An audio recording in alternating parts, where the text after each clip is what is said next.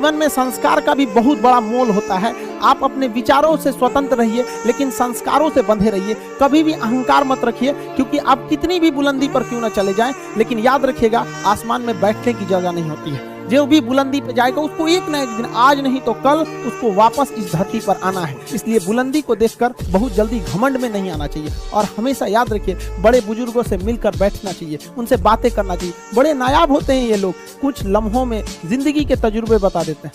अगर आपको काबिल बनना है ना, बाज की तरह उड़ना है, तो बार बार बोलते हैं इन तितलियों का साथ छोड़ दीजिए, क्योंकि 10 साल बाद लोग आपसे मिलेंगे ना तो पूछेंगे तुम्हारी हैसियत क्या है, तुम कितना कमाते हो। ये नहीं पूछेंगे तुम्हारी गर्लफ्रेंड थी कि नहीं थी। क्या समझ में आ गया? ये सब टेम्परेरी चीज होते हैं। सभी सब हटाइए ये सब चीजों को। जिस दिन आपको जिस दिन रियलिटी समझ में आएगी ना, उस दिन कोई बोल, हम आपको क्या बोले, आज जिनको आप सब कुछ खोकर पाने की तमन्ना रखते हैं, एक वक्त आएगा जब वो मुफ्त में मिलेंगे तो आपको मंजूर नहीं होगा। ये सब चीजें फालतू होती है, लेकिन अभी उम्र की गलती होती है। उम्र के बाद सब सुधर जाते हैं। कृष्ण भगवान का भी एक उम्र था जब गोपियों के पीछे घूम रहे थे। एक उम्र आया, भाड़ में गई गोपियां, मारा देखे महाभारत करा के रख दिया। कृष्ण भगवान भगवान तब तक नहीं कहलाए जब तक उन्होंने गोपियों का साथ नहीं छोड़ा। तब तक वो केवल कन्हैया कहलाते थे।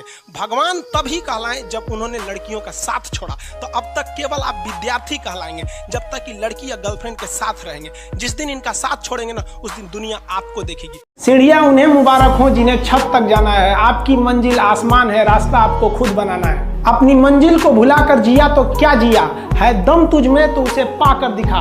लिख दे खून से अपनी कामयाबी की कहानी और बोल उस किस्मत को, है दम तो मिटा के दिखा। छत को बहुत गुरूर था छत होने का, एक मंजिल और बनी और छत फर्श हो गया। तूफान ज्यादा होती है तो कश्ती डूब जाती है, और घमंड ज्यादा हो जाती है तो हस्ती डूब जाती है। पतंग को पता होता है कि उसका अंत एक कचड़े में जाकर होगा, लेकिन उससे पहले उसे आसमान छूकर दिखाना होता है। पहाड़ों को चीरते हुए जब नदी निकलती है ना, तो कभी नहीं पूछती है कि समुंदर अभी कितना दूर है।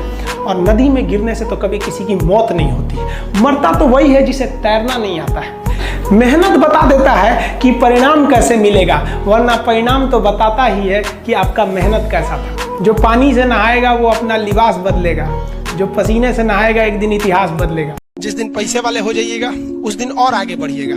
समझा गया? जिस दिन आपके अंदर विनम्रता आ जाती है, भगवान आप पे विशेष नजर देता है। समझा है कि नहीं गया? तो उस विशेष नजर से रखिए, किसी पर अत्याचार नहीं कीजिए। अगर आप बहुत ज्ञानी है तो जो पढ़ने में कमजोर है उसके आगे बहुत अपने आप को बलशाली मत बनिए। शक्तिशाली है तो कमजोर को दबाइए नहीं।